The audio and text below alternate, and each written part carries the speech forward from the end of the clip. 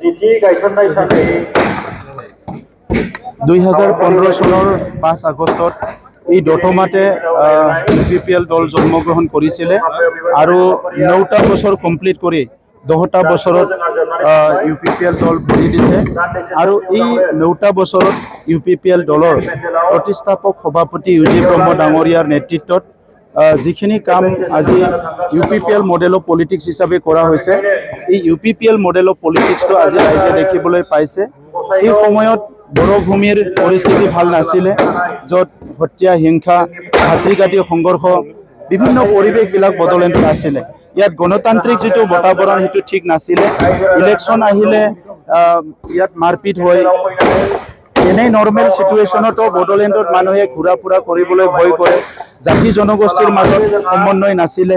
তেনেকুৱা বহুত পৰিৱেশ বেয়া পৰিৱেশ আছিলে, য'ত ইউজি ব্ৰহ্ম ডাঙৰীয়াই 2015 চনত UPPL দলটো গঠন কৰিছিলে।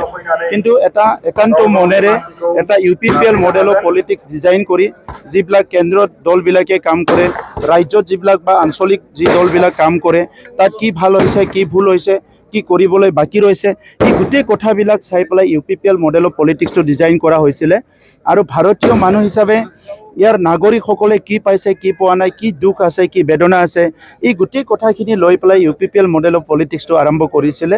আৰু আজি আপোনালোকে দেখিবলৈ পালে স্বাধীনতাৰ পিছত যি সময়ৰ পৰা ঘাত প্ৰতিঘাত সংঘাতবিলাক আৰম্ভ হৈছে, আজি প্ৰথম 5টা বছৰ আপোনালোকে দেখিবলৈ পাইছে য'ত বড়োলেণ্ডৰ বড়োসকলৰ লগতে সকলো জনগোষ্ঠীয়ে শান্তি সম্প্ৰীতি নিৰাপত্তা পাবলৈ সক্ষম হৈছে।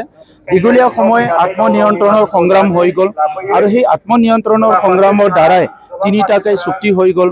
এই 3টাকৈ চুক্তিৰ পিছত আজি যিখিনি অধিকাৰ পাইছে সেইখিনি অধিকাৰ লৈ পেলাই সকলো জাতি জনগোষ্ঠীৰ লগত মিলিজুলি একেলগে আগবাঢ়ি যোৱাৰ কাৰণে UPPL মডেল অফ পলিটিক্সটো ডিজাইন কৰা হৈছে।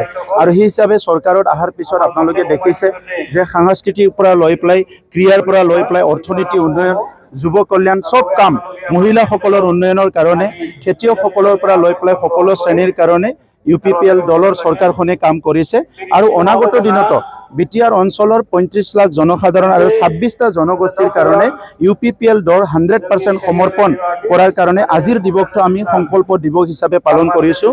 আজি পুনৰ UPPL দলৰ কেন্দ্ৰীয় কমিটিৰ পৰা আমি বুথ কমিটিলৈকে সকলো সংকল্পবদ্ধ হৈছোঁ যে অনাগত দিনত বড়োলেণ্ড অঞ্চলটো স্থায়ীভাৱে শান্তি কৰি ৰখাৰ কাৰণে সবকে নিৰাপত্তা প্ৰদান কৰাৰ কাৰণে সকলো যাতে সকলো অধিকাৰ পাব ইয়াত পাবলৈ সক্ষম হয় একেলগে আগুৱাই যোৱাৰ কাৰণে এটা পুনৰ কাম কৰাৰ কাৰণে UPPL দলৰ পৰা আজি আমি এই প্ৰতিষ্ঠা দিৱসত আমি এই দিনটো আমি সংকল্প দিৱস হিচাপে ঘোষণা কৰিছোঁ।